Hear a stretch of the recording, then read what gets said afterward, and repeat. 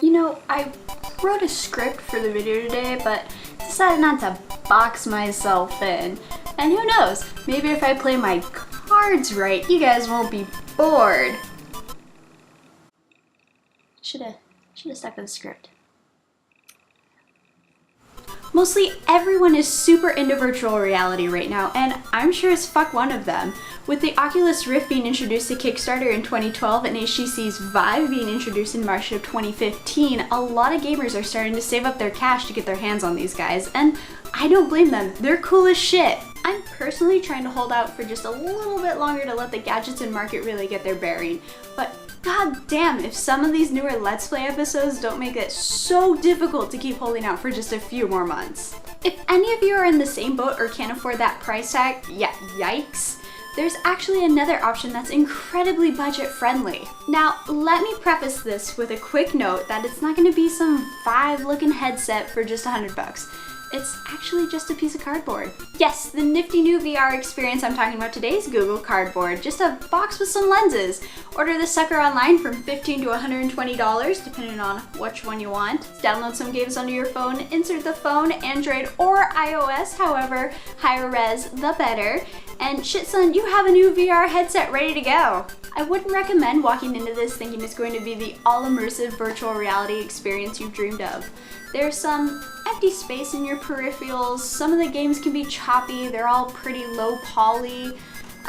You're stuck holding the thing to your face the whole time. It's more of an introduction to VR than a true experience. I went in with relatively low expectations. I actually brushed it off as some Google joke but was gifted it not too long ago to try it out. And I was pleasantly surprised, but like Shark Boy and Lava Girl 3D pleasantly surprised. You know the one.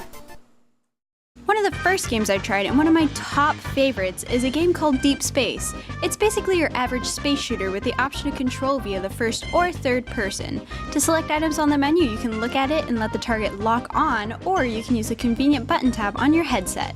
The game starts and basically all you gotta do is shoot it at the enemy spacecraft by looking all around, including behind you. Defeat the necessary number of enemies for the level and the time limit, and you've unlocked the next round. I find it easier to get a slight headache or early symptoms of motion sickness with these faster paced games, so be careful. Moving on to another game that causes whiplash, Lamper.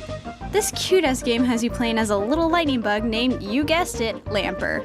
As Lamper, you collect glowy dewdrops, technical term I have no idea, by tilting yourself side to side, up and down, all while dodging various enemies. Power-ups appear after a bit as well, making it easier to collect your little dewdrops or to take out your enemies fireball style.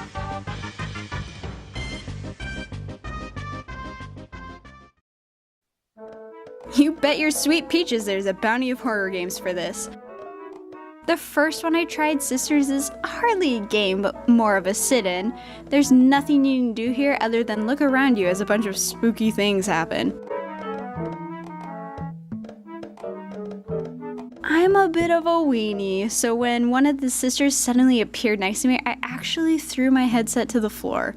But Jesus, just look at them, sitting there.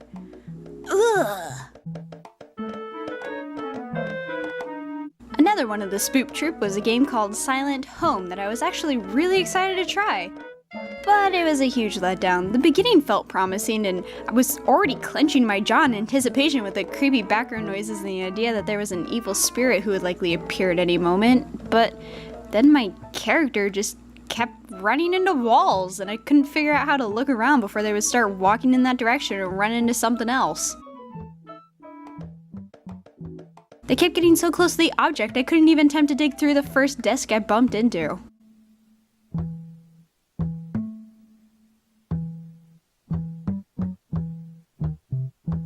Another game that I thought was going to scare me shitless is a demo called Lost in Kismet. The app icon looked creepy, the opening scene looked creepy, and honestly, the look of the game was, for a lack of a better term, creepy. To my surprise though, it was just a puzzle game. Kismet encourages you to completely look all around you, turning around multiple times, looking up and down to find miscellaneous items that can be used to help you escape. No real jump scares here, except for maybe Jessica. Like, shit, you could at least say something after hiding behind there for God knows how long.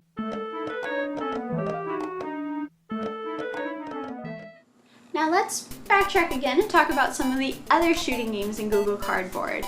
We talked about Space Shooter and how you just kind of stared at the enemy as it shot for you. Well, there's another one that I kind of prefer a little bit more. It's called In Mind. In Mind, you're greeted with a very friendly voice who explains to you the premise of the game and even makes some jokes. You're shot through someone's eye, I guess, and here's where the fun starts. You're gonna kill depression. Yep, just shoot all those depressed nerves and wham bam, the day is saved. But seriously, I always have a lot of fun playing this one, and that's saying something considering this is basically still just a demo. It's just difficult enough that you swear with another playthrough you'll totally be able to hit all the infected nerves.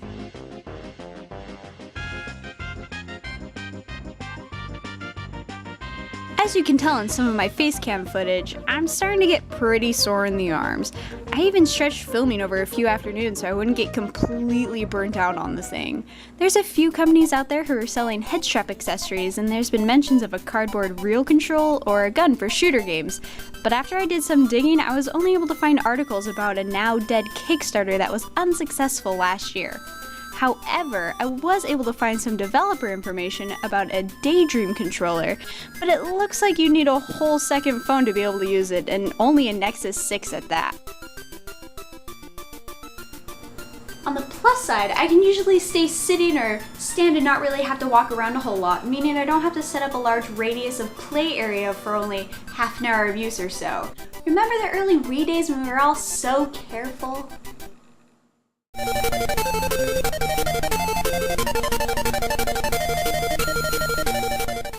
Again, despite the Google branding, it is available for Android and iOS alike. The only important factors here are pixel displays. My Motorola Droid Turbo 2 has a pixel display of 1440 by 2560, and the images are pretty damn good, especially when you compare it to my boyfriend's iPhone 6, which has a pixel display of 750 by 1334. All in all, I recommend giving Google Cardboard a shot if you're at all curious about virtual reality. There's no all-immersive, I try to lift myself up on this desk next to me, but for $15, you can get a whole slew of fun and ridiculous games that can be cute or creepy or super realistic. I never even got into the scenery ones, but they look pretty kick-ass as well. It's no real contender for Supreme VR experience, but it's a lot of fun and pretty cheap. Thanks for checking out my video on Google Cardboard. It was a lot of fun looking at a bunch of different apps for this thing. Let me know down below if you've tried this thing out and what your favorite game was.